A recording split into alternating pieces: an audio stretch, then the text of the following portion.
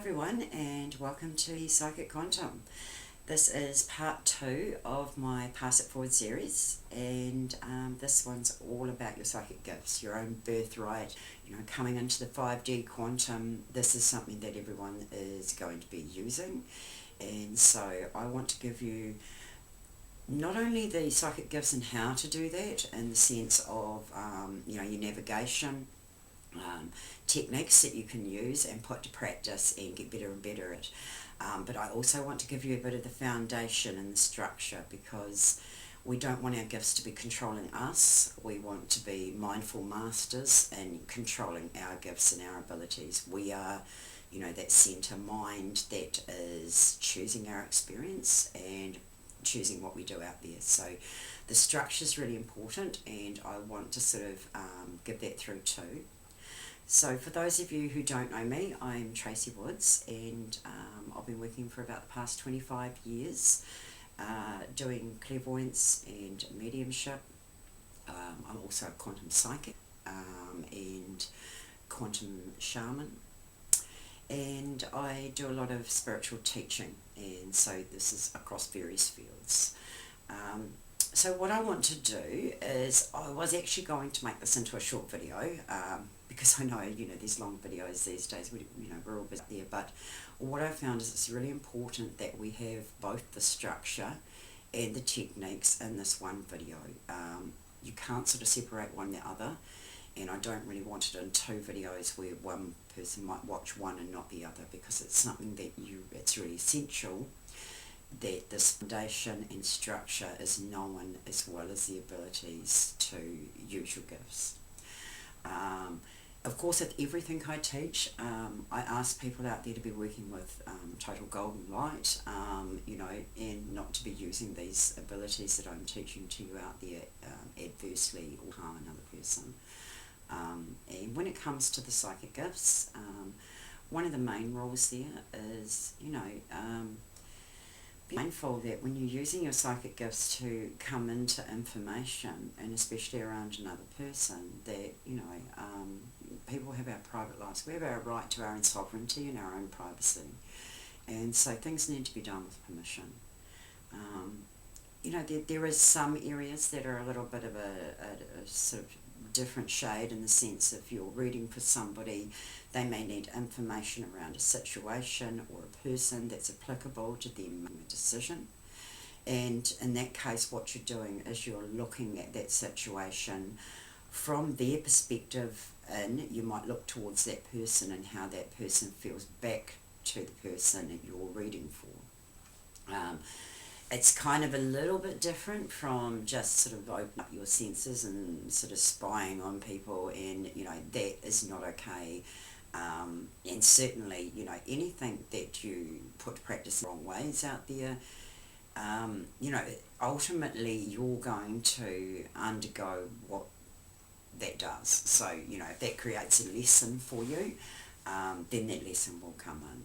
And so, you've got to be free, you've got to be a mindful creator out there, but also, these aren't like set rules in concrete. There is no set rules as such when you're looking at quantum, but there is polarity, and if you're on the light polarity, there's certain behaviours, professional way to approach things that you need to be mindful of, because if you're not practicing those things in that way, then you're looking at that polarity in that shade of grey, or the dark polarity, and all of that does bring with it its own lessons.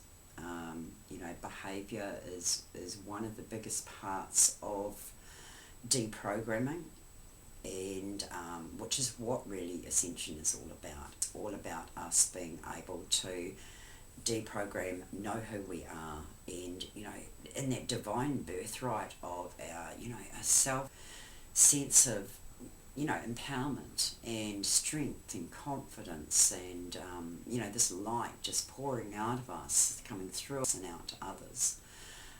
So basically, that's just a little bit of underlying the whole information that I will be teaching to you today. So firstly, let's come into the foundation, because this is quite important. Now, those of you that have watched my first video, you will see that I covered sudden awakening, and how if those abilities are not put into a sense of structure, that they can even go forward to creating a person to not be, mindfully there, and that things can come in and take over somebody that is not really in control, but that is done from allowance. So people open to these abilities and they allow the abilities to just come in, and that could be a negative entity, and that negative entity might pretend to be a positive entity. It might come in and it starts to influence your thoughts, and it will say to you things like, or if you can hear it or feel it, it will say to you, that this will be in your own best interests if you do this or if you do that, and they will basically influence your decision. But those decisions are coming from your own free will, and that's where people say, but I was influenced. But the truth is this is what mindfulness is. We need to be aware that every decision we make is from our own free will, and if we're influenced and we listen to that influence, it's still from our own free will. And every deed, every action, everything we do out there is counted, and it comes back with a counterbalance of learning. So if we're off path ourselves, off that divine path, we're going to draw experiences that bring that sense of balance and learning that we're needing to move to.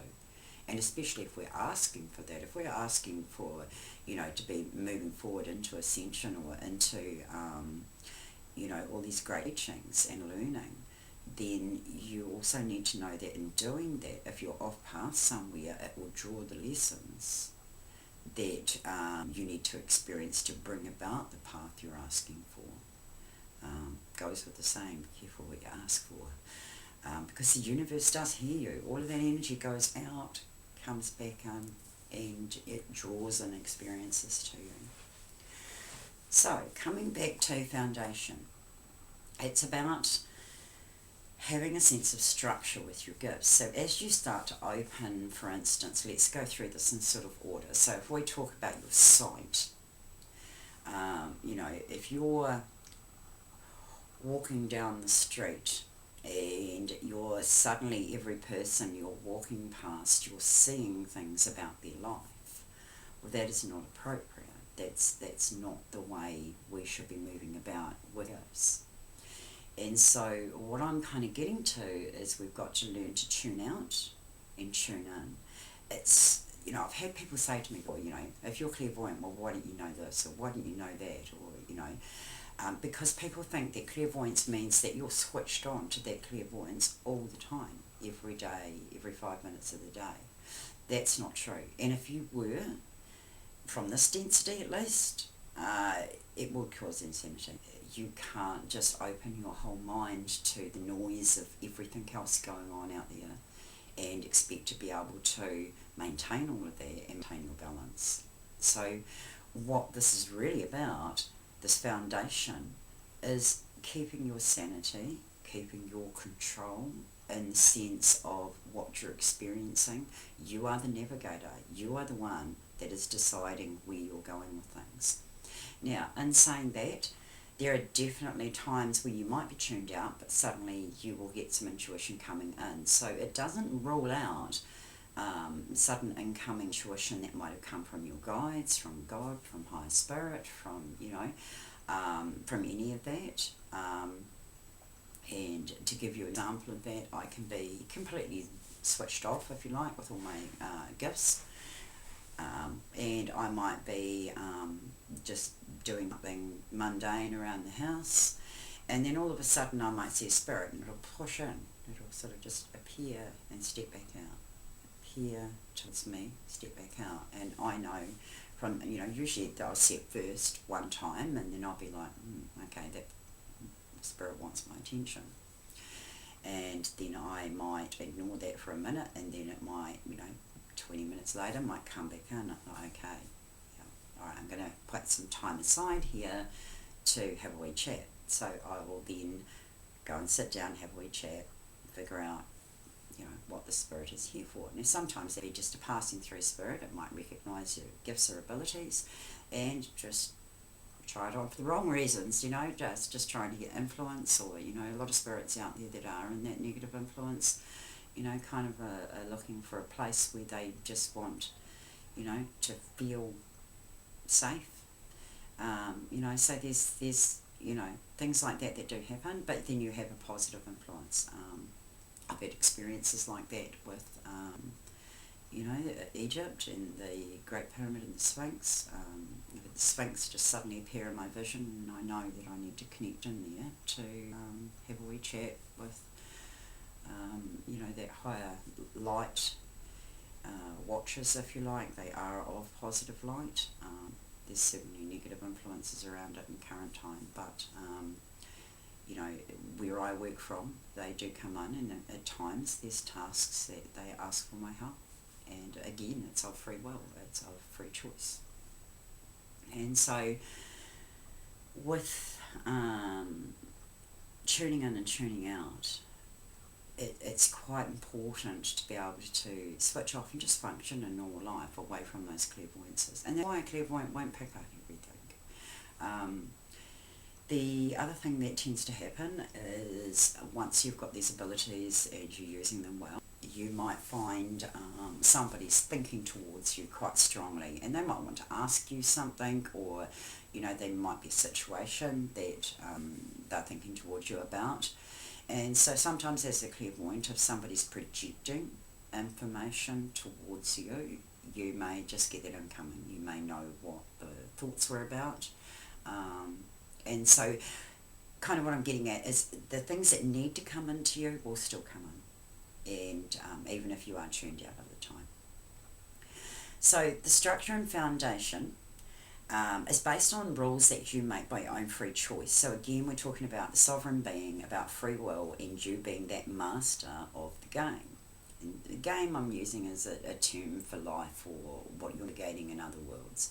You are the game master, and you have to be that, because you need to be out there equal with all other entities and beings. Anything coming across, you are equal and equivalent. And so nothing has power over you. They may have more knowledge, but they do not have power over you.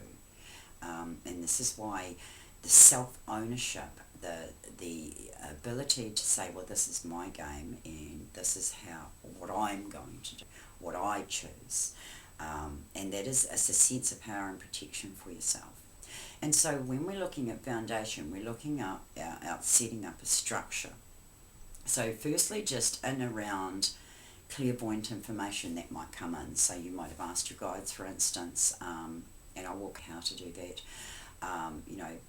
You might have said, oh, look, I want more spiritual activity coming in, more learning. I want to awaken more.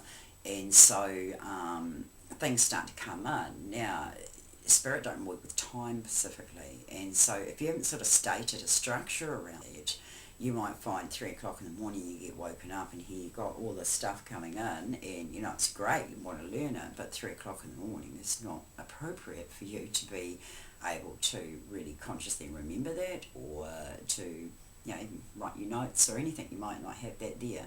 And so you don't have to have it come in at that time. And so, each of you has a guide with you that works with you, no matter where you are in the structure of things.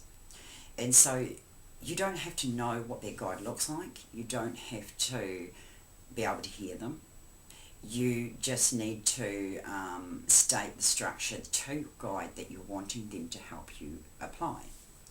And that best way to do that, sometimes we just talk in conversation, like I've already mentioned the word guide several times, but in that I'm talking about in general conversation. I'm not actually trying to get my guide's attention.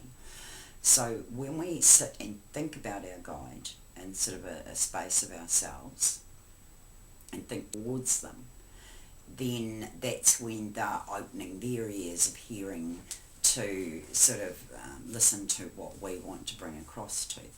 Sometimes you can think like 3 times to sort of just differentiate from natural speech. You might think to yourself, my guide, please come forward so that we can speak.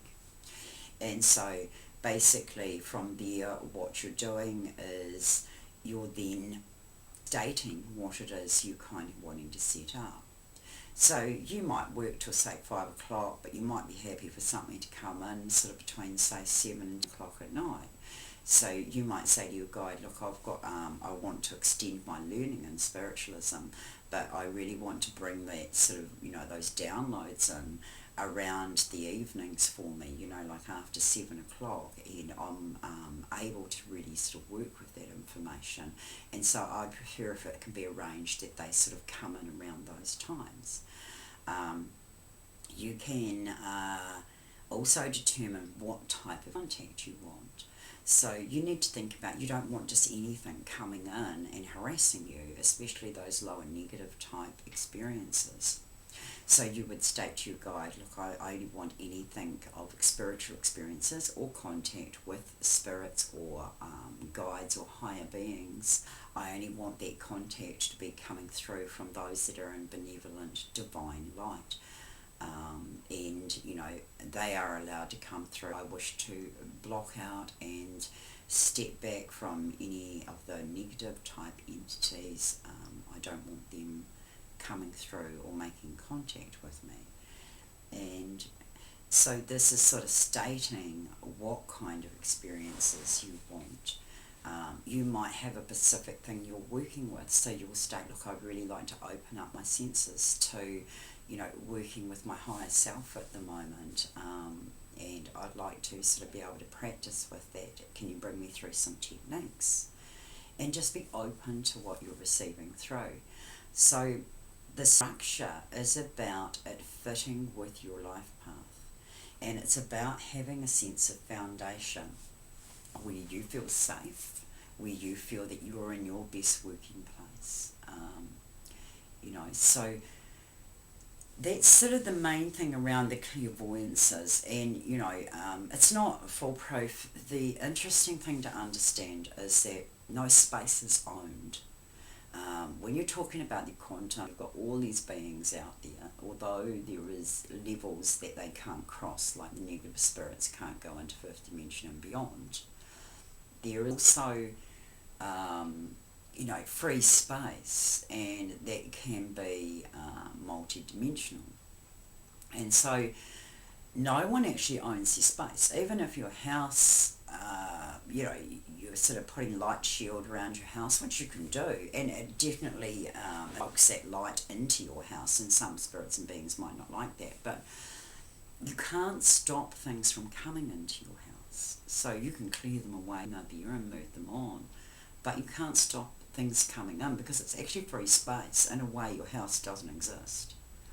In a way, it's free space. The only thing that we've really got a sense of request over is our own space, our own being, our own field, and, you know, magnetic field that is our auric field. And so again, it's not foolproof. Again, some things, you know, may still enter into that space, but you're stating that from my sovereign being, I am my own free energy within this space, and this is my space and my field, and I allow nothing into this field unless it's of my free will. And so you're sort of stating, and in most cases things will stay free of that field. But because quantum space is free space, no one owns space, and time and actual matter, physical space, doesn't actually really exist. So everything is looked at as free space. And so if you've ever wondered that no matter what you do with your auric field or your house, or, you know, and these things still manage to wander in, or, you know, I've had times where, you know, it happens to me no matter what I've sort of put out there.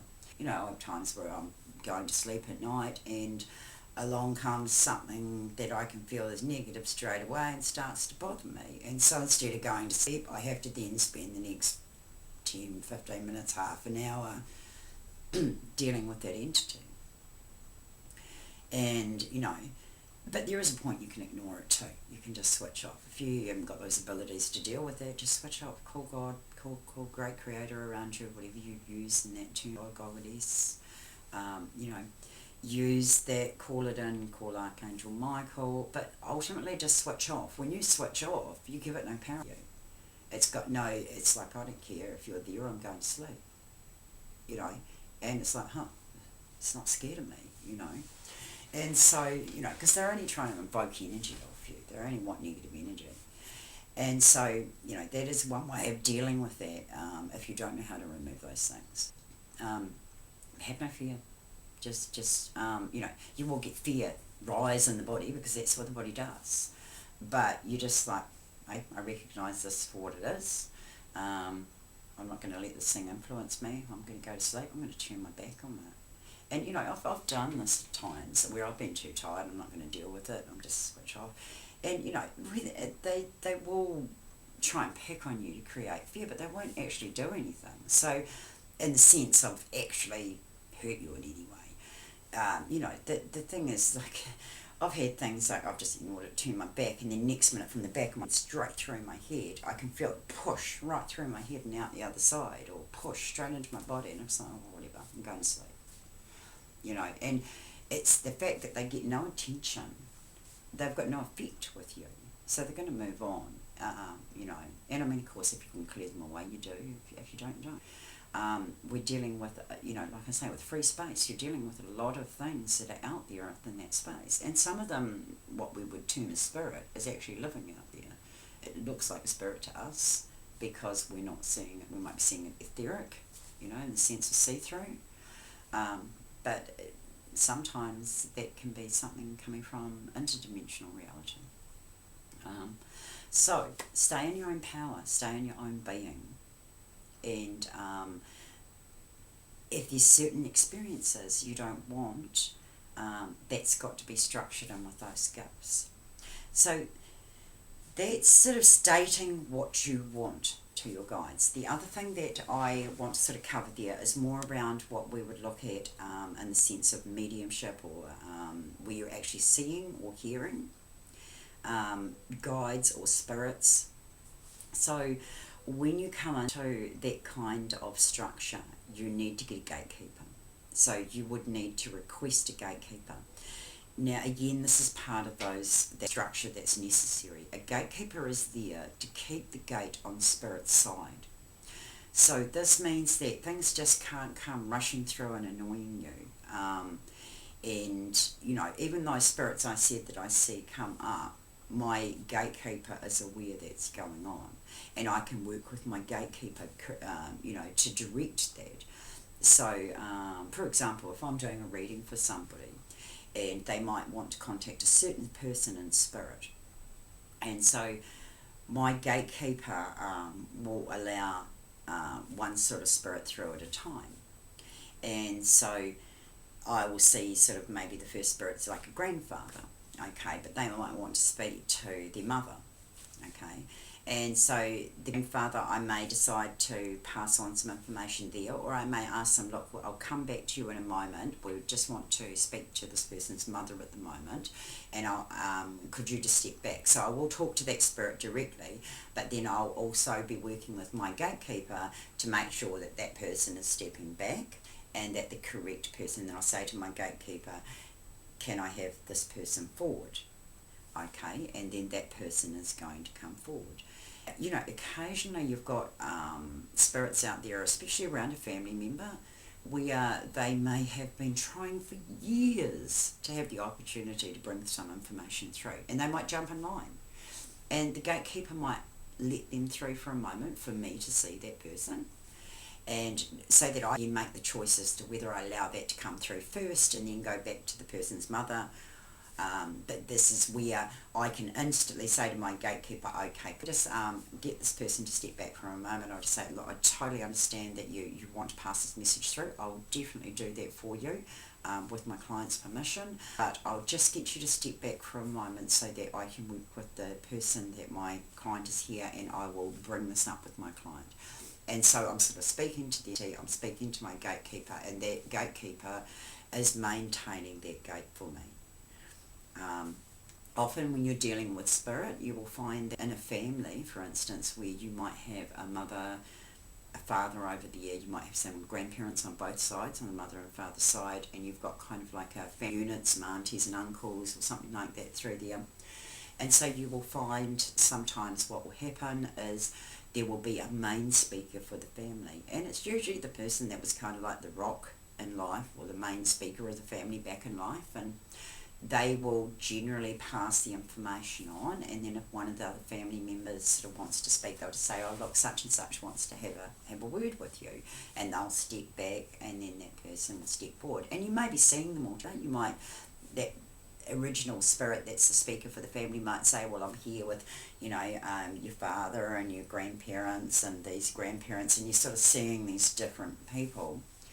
And you know, and then they're like, such and such wants to speak to you, so they sort of step back and that person sort of comes forward, and that stepping forward is sort of opening up all of that awareness and the ability to sort of be able to communicate really well with that person. I work with mediumship, which is really another term for telepathy, and so there are some differences in those gifts. Mediumship means that you don't allow the spirit into your body. I have all spirit on the outside of my body, and I will talk to them as they were sitting across the room from me. And so this is to protect the body, and to not allow things into my sovereignty. So I speak as an equal. They're in their you know, framework, if you like, and I'm in mine. I will just mention here about channeling. I've talked a little bit about this before, but with channeling, some of these states, like someone was recently talking to me about, you know, when they're asleep, and they have these experiences during that sleep state. So there is a sense of your soul coming out of the body. When you channel, you're allowing something in, and they take your body, and your body language will change. And so when you do that, your soul's going out. Now, what we call semi-trance is where your soul is not quite out of the body. It's sort of sitting at the top here, still within, but mostly out, so that this other soul can come down in. And that's what we call a semi-state. The interesting thing about channeling is because your soul is stepping out, you've got no memory of what takes place. So unless you're filming or recording it, you've got no idea what, you know, within 5 minutes, your mind has forgotten it. With mediumship, you can remember everything because you're not jumping out of your body. And so this is where, and you're also allowing foreign things in, and foreign energy in, and that can also create some problems in the dense body. So semi-channeling, you've got somewhat memory of it because you're still partly in. What they call trance channeling, which is done through that sleep state where your body is in total rest or sleep, which Edgar Christ was one of those people that used to work in that way, where he would go into a sleep state, he would allow something to come through his body, and while his body was asleep, he was speaking with this other spirit, would bring through information. And so this is where his actual consciousness has completely gone out of the body completely. And full trance channeling is the same thing. Your body can be awake, but it can be in a relaxed state, so you might just be sitting in a very relaxed state, you know, and basically you allow this to come in, and it's kind of works together as one comes in, one comes out. And if you're allowing something full trance, then your consciousness is coming right up, and you've just got no memory of what's been actually happening in your body. Another example of this that happens out there that many of you would have seen happening and recognise it is you see this happen when someone gets drunk. So you get somebody that's drunk, or, you know, even with drugs, same thing. They've not, their body is actually going to sleep, and even though their eyes may be open, they might be looking like they're awake, the alcohol or the drug has taken over the body, and it's relaxed the body so much they're going into a sleep state.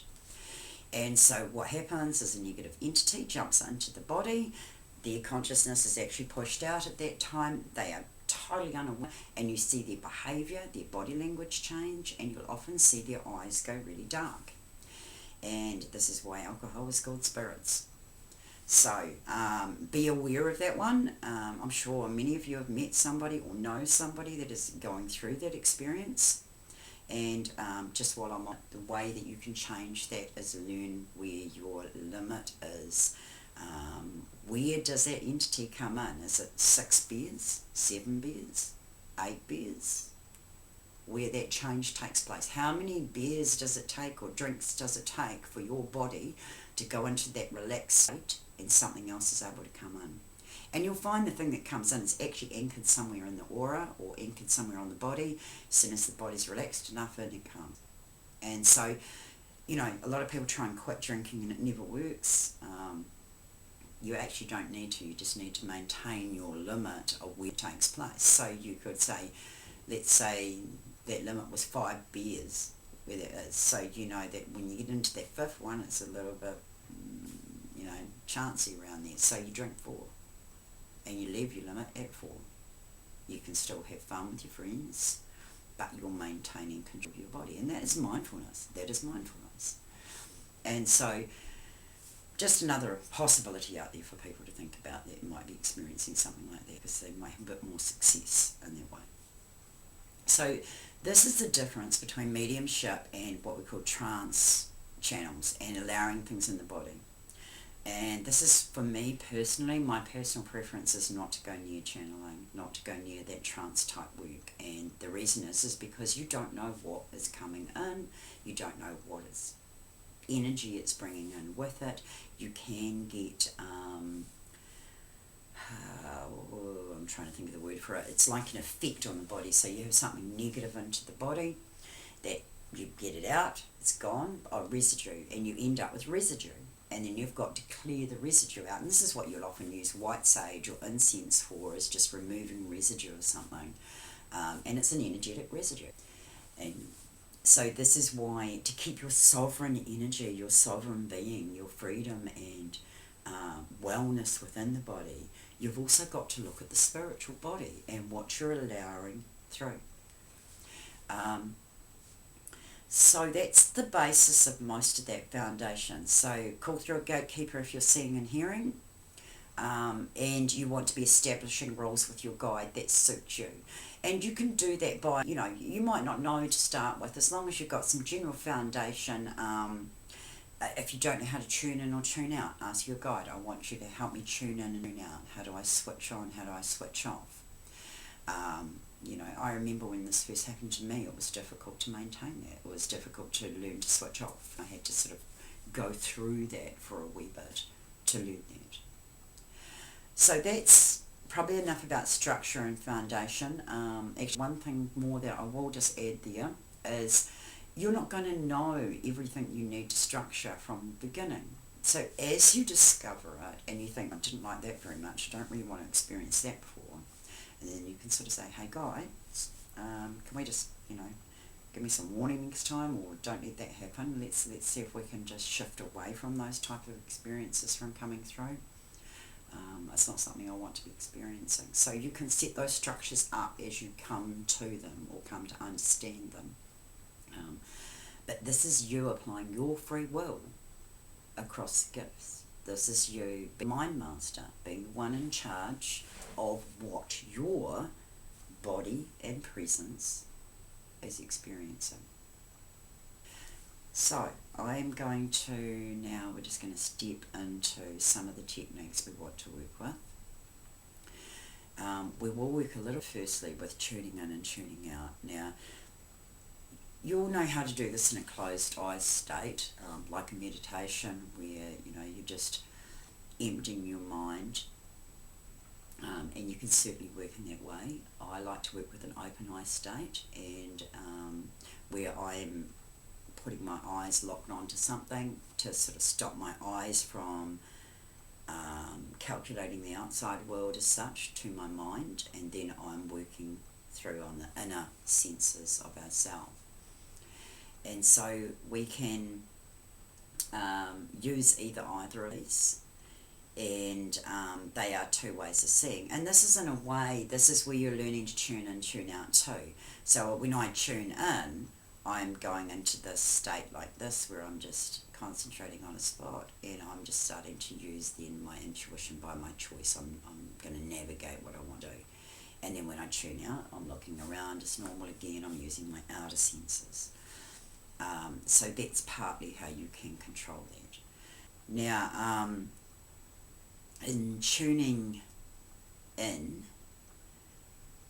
when we lock our eyes, we are able to then use all of the inner senses, which are a double up of what our outer senses are. So you all know what that is with your sight, your hearing, your taste, your feeling, and smell, sense of smell.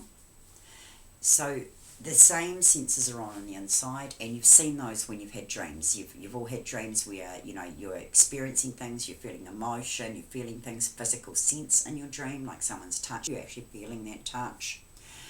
You're able to smell food, for instance. You've had dreams where you're eating food and you can actually get the sense of even eating it, you know. And so you've all had those things happen, and all your senses are exactly on the inside as your dreams are. They are all those senses that are already there. And so when you switch off your outer senses by concentrating your eyes, you're tapping into those inner ones. So the first thing that we need to know about using the senses is that you've got to have a need. If you don't have a need, something you're reaching for, an intention, so that might be,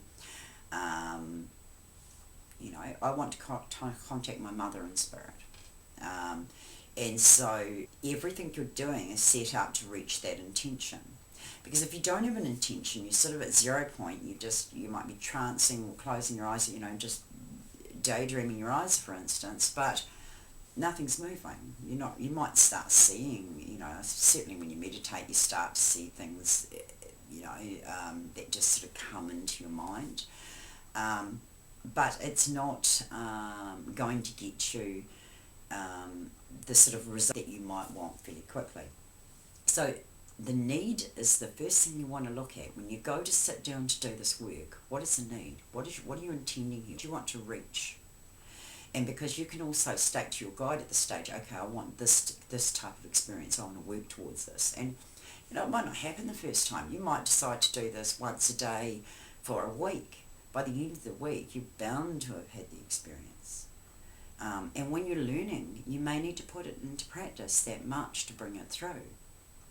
And it's about getting your senses in the right place so that you're navigating those. So the need is an essential piece to getting the information that you're wanting through from the Akashic out there. So you trance your eyes, you know your need, you know what you're looking for. Now, I'm just going to take you through navigating your perception, because this is the other important factor. We will come to, I haven't covered this with some of you out there before, about where all those gifts are in the body, the location of them shortly. But I want to just show you some navigation skills first, because your soul, your perception is moving all the time, but we're not aware of it. It becomes like something we're taking for granted, for instance, and we need to be aware of it to navigate. And so you might not be aware of it. You might know the need that you want to go out there and achieve in the spirit as such, but you haven't, you haven't been able to sort of navigate towards that. And so that's because you've got to kind of push into it as such. So I'm going to teach you a couple of techniques right now, and this is to practice your navigation. And even if you have an experience and you feel like you need to grab hold of your perception in order to push it into what you're looking for, then run through your body very quickly and you'll grab that perception. You'll know where it is, and then you can move it at ease because you're mindful of where it is in yourself. So basically the first one I've come through with a few of yous before, and this is about moving your perception around your body. So you trance your eyes and just get relaxed within, and then you would perceive body parts in order to get the sense of where, when and where your perception is moving. So you'd trance your eyes and you say, right, left knee, and you put your mind in your left knee. You kind of get a bit of a tingly feeling sometimes when it's there. You know it's there too. Everyone can do this so easily. And then you're right, I'm going to move this to my thumb on my right hand. And yeah, I can perceive my thumb, and it's like, you know, when you hurt yourself, you can sense, you know, you're very aware of that part that you've hurt yourself, and so you move that perception there, and then you might move it to the third eye, and your mind is focusing on that particular place. So you can do that around the body a few times, call out different spaces, and then again, if you're reading another person, you go into your heart and then out to their heart, and you're focusing on their heart.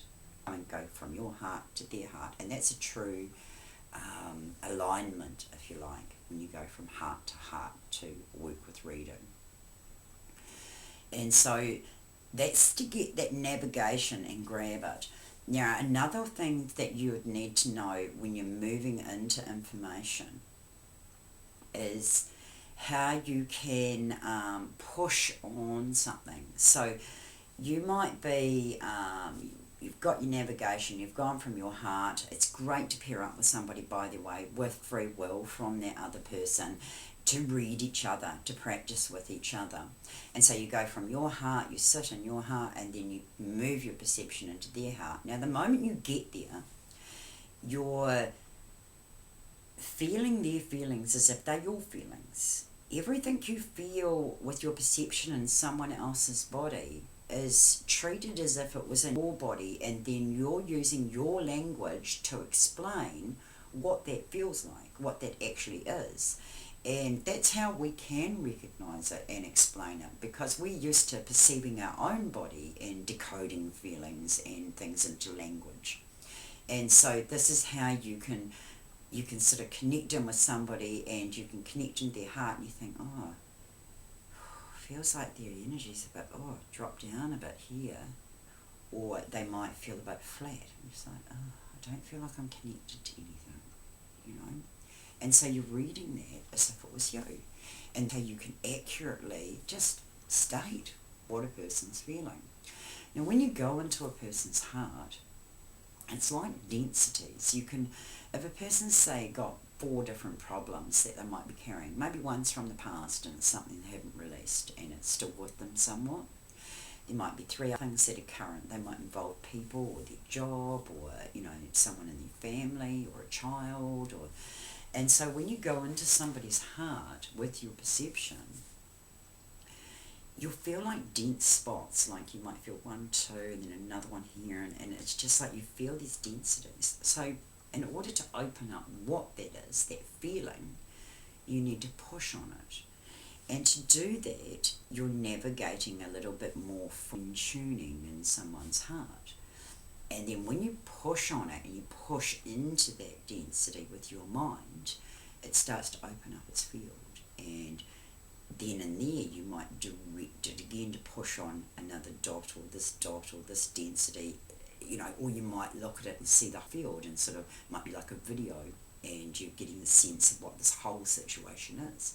Or you might feel it. If you're a person that's more feeling, you might think, oh, this feels a bit like I'm not in my own country. It feels like I'm overseas somewhere, and I feel like I'm a bit lost. And trust it, you know, and then you're like, oh, push on it a little bit more. Push on that bit. Oh, it feels like I'm staying in this house. It feels like it's somebody else.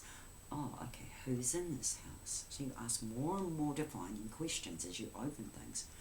I feel this person here. Yes, there's 2 people here. And how are they treating this person? Oh, He doesn't feel like he belongs. He feels a little bit out, and that's what's causing this feeling. You know, you could even ask, how could I change that? So this is where we're pushing and fine-tuning, and we're using questions, you know, and these are just logical questions. You're feeling these as if it's your body. You're in someone else's body and in someone else's feelings, but you're feeling them as if they were yours. Your perception is picking them up that way.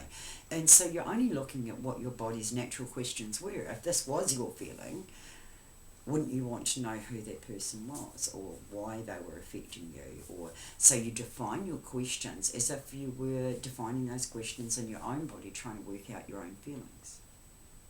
And so they're just general logical questions to find out more of a situation. And as you question, you always wait. So every question, every fine-tuning, every time you push, you're then going into a spot of just like zero, if you like, where you're allowing the downloads to come in whichever way they are. You're giving it a few seconds for the information to come back to you that you're pushing and asking about.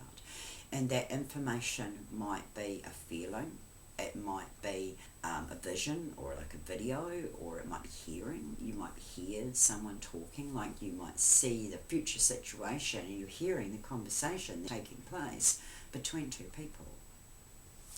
And so that there, in a nutshell, is how you're gaining more and more and more information.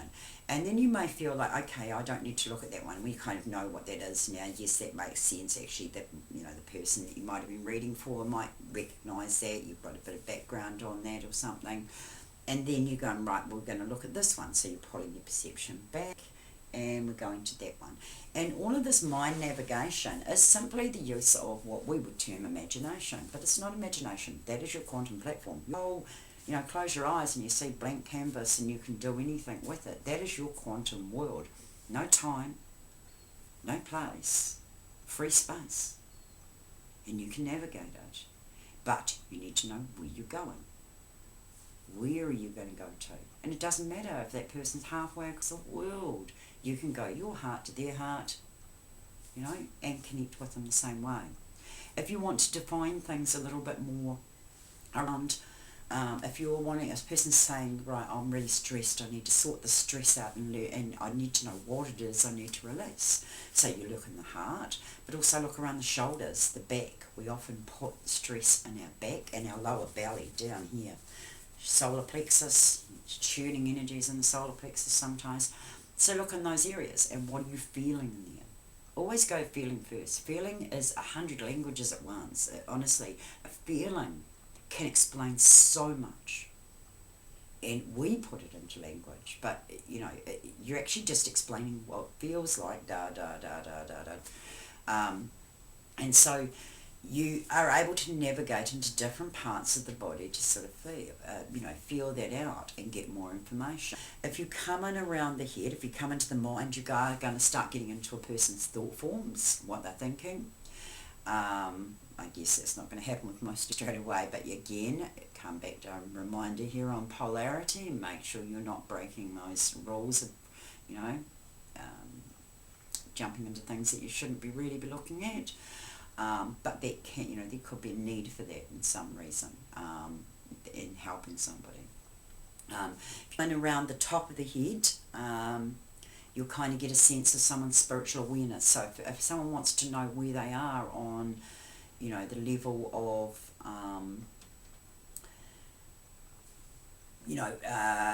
where they are in their awareness or their ascension for such, you can sort of see what's happening up around the head, and you can sort of feel connections up into spirits or things up here, and you can sort of sense light or energy coming down and learning or downloads.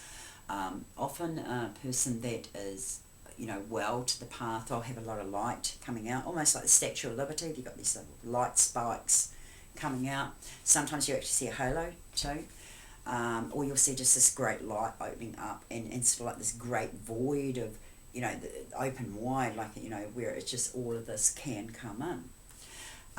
So that's where you'll see that. And then if you move just above that, if you put your perception up here above somebody, then you're going to start sensing, usually at that point it's more family members or people, loved ones that are around, that are sort of, watchfully looking over that person's life. They are usually crossed right over, and they're actually, kind of just watchful from that quantum space, if you like, in that heavens realm or beyond. But basically you will pick them up coming up around here, and then generally that's where you might get Nana or Granddad or someone else in that focus just up here.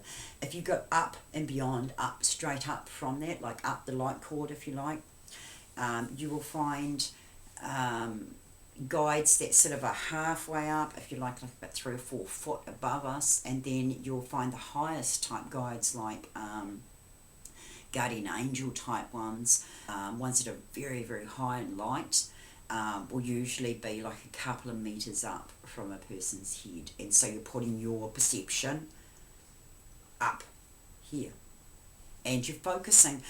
The key is, what I use often is I use the person's name on, like, so say that person's George, I'm thinking, right, I'm focusing towards George's heart, George's mind. Let's see what spirits are around George. Let's go up higher to the spirits around George.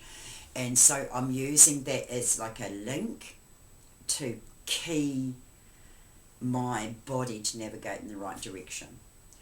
So I just want to go through another navigation technique with you right now, and that is that pushing. To do this, I would suggest that you sort of just trance your eyes for a minute or close your eyes. So we're using the quantum, and the quantum can be anything, and often it's just a feeling. So what we'll start with is, if you imagine 3 doors, they're all kind of lined up next to each other. So you see 3 doors, doesn't matter if you see a colour on them or whatever. Okay, so I want you to push through one of those doors, and just imagine you're walking through as if you were actually walking in real life, and you walk up and you push the door open. So even though your soul is moving, your body, your spirit body is, you don't exactly see it, but you can use it in the sense of when you're navigating your perception along the lines as if your physical body was there. And so we've got these 3 doors, picture the 3 doors, and I'm going to move through one of them now, and you just push it open and walk through. So let's say we come into a quantum space again from there, another space, and let's say when you're now seeing in that space 3 round circles. And these round circles aren't even big enough for a human body to push through.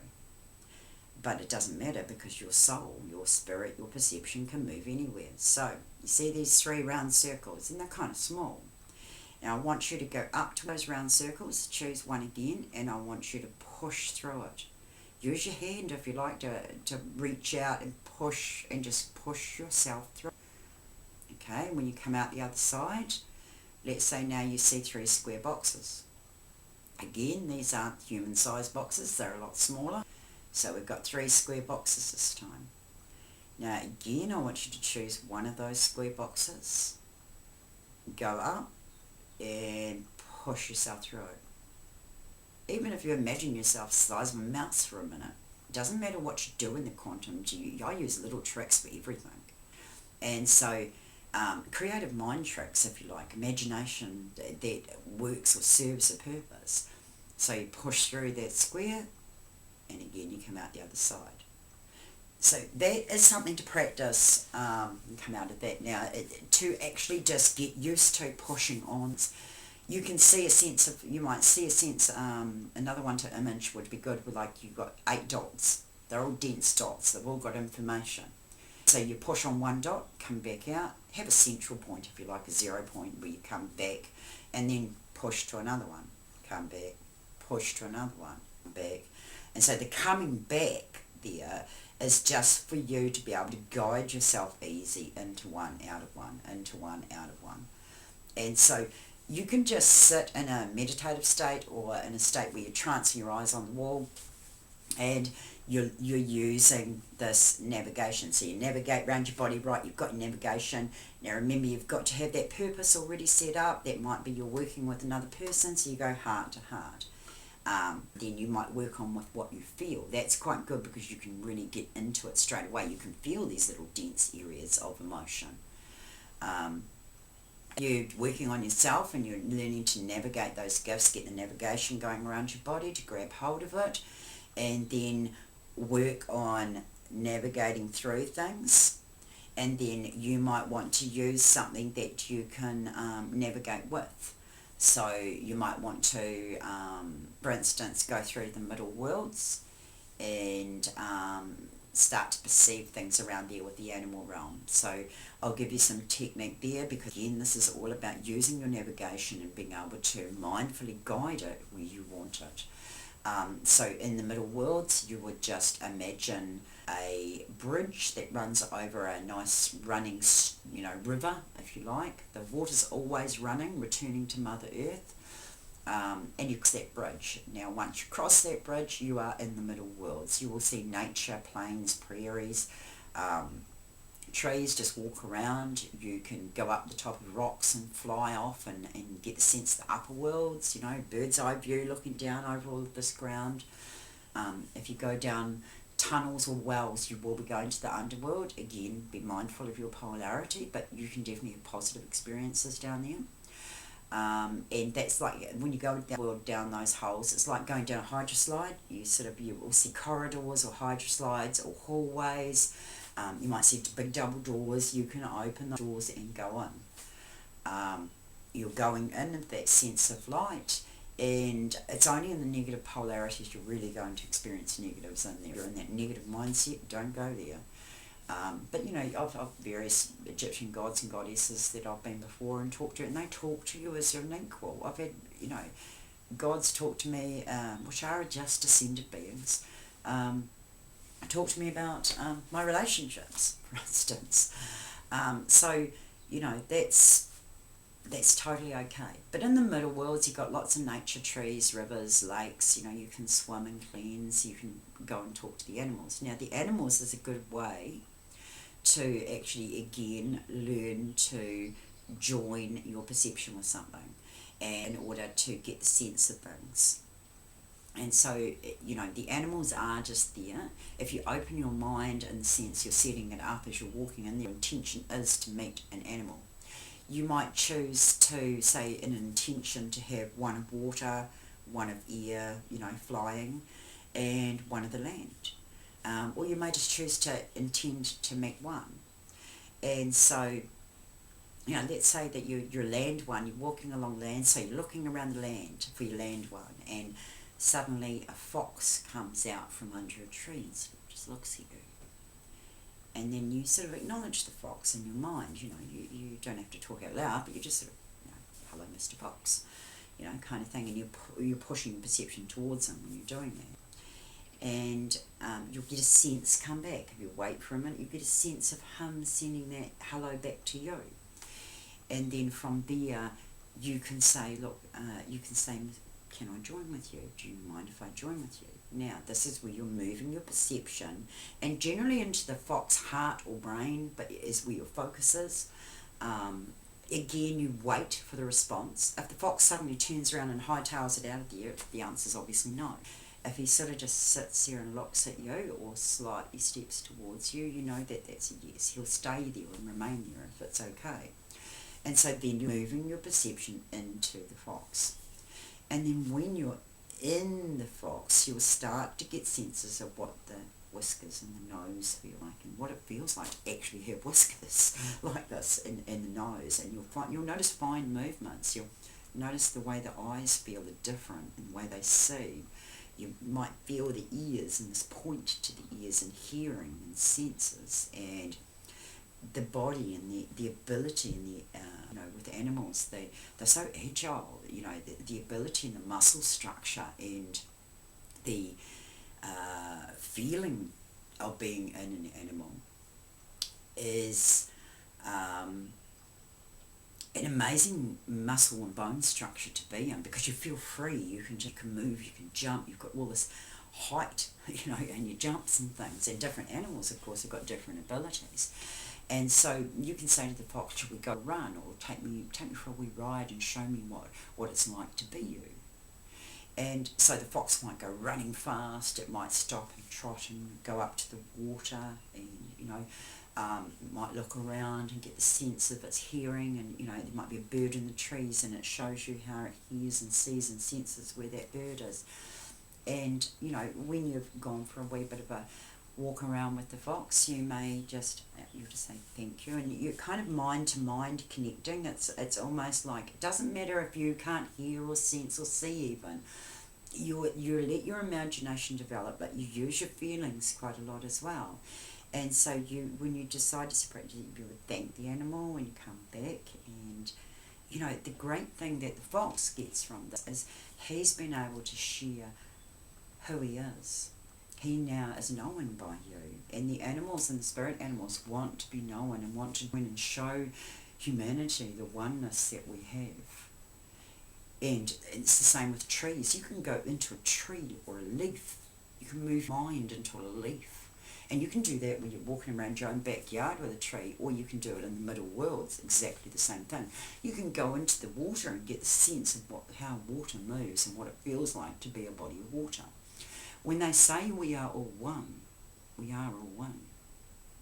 When you're looking at the world, you can connect by pushing your mind towards things, but again using polarity, free will, and respecting the choice of the other being you're moving towards, whether that be an animal, a plant, anything of the organic sense.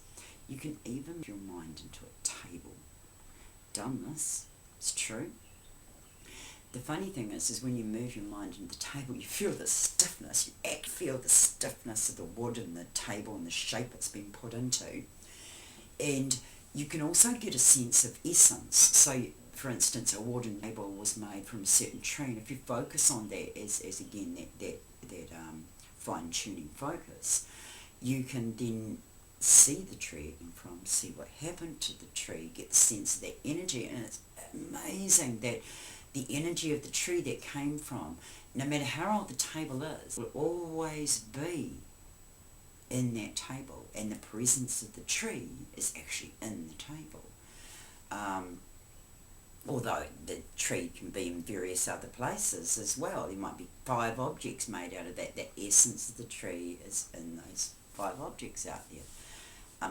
And there might be other things like, some things that could be man-made, but everything that's man-made, like a lacquer or a finish, everything that's man-made also comes from the elements somewhere.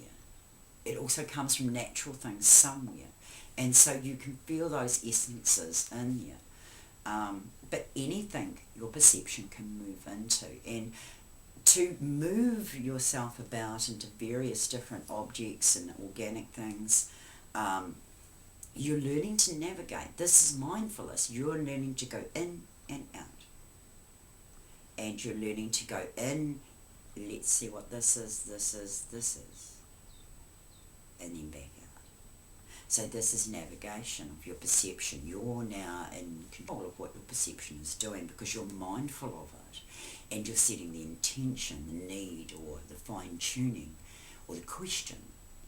And each time you want an answer from your senses, you ask, you're focused, your will is focused into that question, and you're waiting for it to come back to the network, to come back to the download, to show you a feeling, a thought, a vision, a sense, doesn't matter. And then you decode it as if it was your body that you're experiencing it. What does that feel like to you? So that's the basics with navigation. It gives you plenty to practice with. Now we're just going to come back to the platform inside yourself. As I've said, your imagination, or the moment you close your eyes, you are in the quantum worlds. Your eyes are the key, because when you are looking around, your brain is focused on what your eyes, the windows of your soul, are perceiving, or your senses, or your outer world, or your outer body. If you're not wanting to perceive the outer world, you want the inner world, or into this or into that, then you've got to stop the eyes. Now, closing your eyes is obviously one way, trancing your eyes or keeping the eyes still is the other. And that's why that's necessary. The moment you do that, you're not looking out your eyes anymore, even if they're open. You're concentrating on in here and what the intention is. And so if you want to access your ability for seeing, recall the memory. Think about the first time you drove a car. What colour was that car? Give it some defining things to really bring that memory forward. And all of a sudden you might be seeing a video, and here you are in your car driving down the street, you're seeing the cool colour and what people are, seeing your car and what they're seeing, and you're in this vision, and it's interactive. And if you think about it, you can actually hear, you can see, and so this is your seeing platform, this is your viewing, this is clairvoyance. And if you then want to take that and to experience something with something else, and you want to see things visually, then you've now grabbed that clairvoyance by using that memory. You might navigate around your body a couple of times to grab your navigation, and you're putting the two together. You're literally going, right, now that I've got my navigation and my vision, I would like to see, let's say you can go to the past, you can go to the future. This is where timelines comes in. You're unlimited quantum. You can go anywhere you want. And this is why it's good to have some of those good rules about polarity and being professional and what you do and don't do. Where is it crossing a line where you're being too nosy, going into someone else's life. So this is where you've got to know your intention. So you might then, let's say you've grabbed that vision, you've grabbed that perception of moving it, and you're now wanting to focus on the platform. So if the platform disappears and you're not seeing anything for a minute, pull the memory back to grab it. Now that you see, okay, now I would like to see next week, I've got to go and look at a new car. Is this the car that I'm going to use? And so all of a sudden with your vision, you're seeing yourself driving up to someone's house, getting out, looking at a car. You think it's blue. You trust your vision. It looks, what colour is it? I think it's blue. Yeah, it looks blue. How does this car feel? Now use your feelings again, because your feelings are always the heart gets to the truth. The car feels okay. It kind of feels like there's something wrong. I feel like it can be fixed. I don't think it's a big thing, but I think there's something in the motor. Okay, so what part of the motor? We fine-tuning again. I think the motor part, something around the water. Okay, but what does it feel like overall? I'm like, it actually feels like a good buy. If I fix that, that might be the thing. But I feel, and the person feels honest. Does the person feel honest I'm dealing with? Yeah, they do. They're getting a reasonable feeling. Okay, so I'm fairly happy with that. So I come out of that, and when I go to that, check that car out in the following week, I'm like, right, check the water. What's going on here? Let's have a look. I'm going to ask a question. Is there something happening with the water? And just like the car, you can do the same thing in your body. If you're sick, something's going on, you don't know where it's coming from, you can sit in your perception. You can say to yourself, right, where is the sickness held within my body? And again, wait, let it come through. You might see your stomach or your leg for a minute. Okay, what's going on with this area? Define it more. Ask another question. Can you show me what kind of illness is forming here? And you might get a sense, you might see a black dot, or, can you show me why this is being affected? Where the cause is coming from, the root cause, and you might get a heartfelt emotion where you haven't cleared something and you've pushed it into, it's energy that hasn't been cleared. So it could be anything, but it could be helpful. You're not a doctor, so you're not going to go fixing that necessarily yourself, or even trying, but all right, when you go to the doctor, or you might have to go and get an x-ray or something like that because there's something that's going on, you're going to go, right, can you just check this area too? I just get a sense something might be there, You don't have to say how you found out or why, but, you can often get them to look a little bit further, and it can be helpful. The more you do this kind of thing, the more you can learn, and you know, when you've got something to measure it by, like an experience in the future, and then you get to the future a week later, and you can then see what happens, you've got to measure against how you were seeing. Your accuracy, what could you do better? And you'll get better and better with that accuracy, but the main thing with the accuracy is trust and confidence in your feeling, not shifting them over because it doesn't fit with your concept of your beliefs. We change things sometimes because our beliefs go, no, they can't be right. And so you've got to get out of judging the information. You simply feel and explain the information, no matter how strange it seems. And I'll give you an example of that. I was once doing a reading for somebody, and they wanted to see around a wedding. And they'd missed that wedding, you know, they wanted to see around that wedding in some way. So I went into the wedding, and I had a look, and I thought, oh, it feels like it's out in the country. And yeah. Oh, God, I have trouble saying this. It seems a bit weird. My judgment was going, what? You know, I said, it feels like they're all wearing gumboots. And she goes, oh, yes, yep. No, they were. It was out in the country, out in a paddock, so they all wore gumboots at the wedding. For me, if I hadn't said that, that was an essential piece of the information. That gave my client proof that I was actually seeing what I was seeing. But my belief was going, hang on a minute, you're not going to get married in gumboots, you know. And so this is why you've got to absolutely trust and speak the information, or just bring it through exactly how the feeling feels or what you're seeing, regardless of how strange it might seem. Because that's where you know, we don't judge it, we don't let our beliefs put its little spin on it, because that's when you change it and you get it wrong. So accuracy comes to speaking exact what you perceive, see, feel, okay? Now, I know we're getting on a bit long, but I just want to go a bit further, and this is about spirit.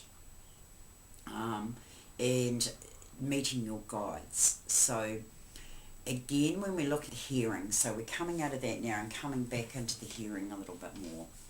With the hearing, there's a couple of little tricks that you can learn to get that hearing a little bit better. So one is to actually just close your eyes and listen to the world. And we're talking about physical hearing up to your physical ears, but it's about getting your mind on the idea of hearing, not sight or feeling. Yeah, so it's concentrating on just hearing. And so you close your eyes, and what you do is you start to try and you focus on first what you can hear directly around you. Is there a lawnmower, some birds, the trees blowing the wind? Here we've got the beach in the background, you know. And the more you concentrate on the sounds, the more the sounds increase and they get louder and louder, and you can peer further and further away from yourself. And so you can sit there for 10 minutes just hearing. And then straight after that, because your mind is keyed to hearing, now you're going to ignore what you're hearing on the outside, you're going to look to hearing on the inside. So then you would hold your eyes still, or come in with closed eyes again. And this time you're focusing on the inner hearing of self-talk. What's going on in your body? What can you hear in your body? What your mind will often be monkey mind, talk. And if you focus on that hearing, you focus on it enough, sometimes you'll hear the influences that are coming through from other spirits, and you'll start to be able to differentiate their voices from your own. To start with, when you do listen to the inner talk going on in your head, it's like tuning a radio, and what you've done is you've just taken yourself into a space. Your intention is to listen to internal information, to the internal channel, internal radio. And you're not intending to contact somebody at that stage, you're just listening to the internal. And so what you're doing is, and you can use a memory of a song, again, so that you're hearing, if you need to trigger that hearing space. But you can generally just listen to the voices that are going on and the talk and the mind processing things and the body doing its thing, and you can sit in there for another 10 minutes. And the more you practice inner listening, the more you might start hearing different voices that might be going, your auntie's trying to get hold of you, and it might be grandpa that's passed away, and you're normally not aware of that, but you can suddenly think, there's grandpa's voice. Oh, maybe I should ring auntie, you know. And so there's a lot of internal noise, but it's almost like tune it to the radio and concentrate on that radio in your head. And go, because you also find out some stuff about yourself with this one, because you won't always be mindfully aware of the inner talk going on in your own head, or the problems that your brain is trying to process. So sometimes listening to the inner talk, you think, oh, actually, yeah, I do need to organise that or do this, or, you know, to help my body process this information and get rid of it. So that's a way to sort of start with that. And then once you've kind of got that inner ear, if you like, you're hearing on the inside, then you can use an intention again, grab your navigation, your perception again, and push those two together and maybe towards the spirit. So you might know somebody in part over there, or you might want to go with guide. And so you might ask for your guide, like, I want to learn how to speak to you and hear you. Can you help me with this? Now, with your hearing, your guide will often, sometimes you can't hear straight away. Sometimes there has to be a little bit of, there's a word they use for it, but I can't remember what it is at the moment, but they have to balance you out for your hearing to be coming through clearly at times. Some people just got that balance there already. Other people, or sometimes when you're reaching to a certain thing, they want to balance those frequencies so you can hear and talk and communicate quite well. So sometimes there's a bit of balancing, getting the radio on the right channel a little bit. But you can set it up with your guide to actually be starting to have conversations with you. And so that's your intention, is to be able to hear. And even if it's in your own voice to start with, don't worry, because you'll recognise what's not your thought. You might suddenly hear a whole sentence, you think, well, that wasn't me, that wasn't actually my thought, because I'm conscious of where I am at the moment. So that might have been the guide, or it might have been that some other inner talk, if you haven't focused through to that at that stage. So basically that's some techniques that you can practice with.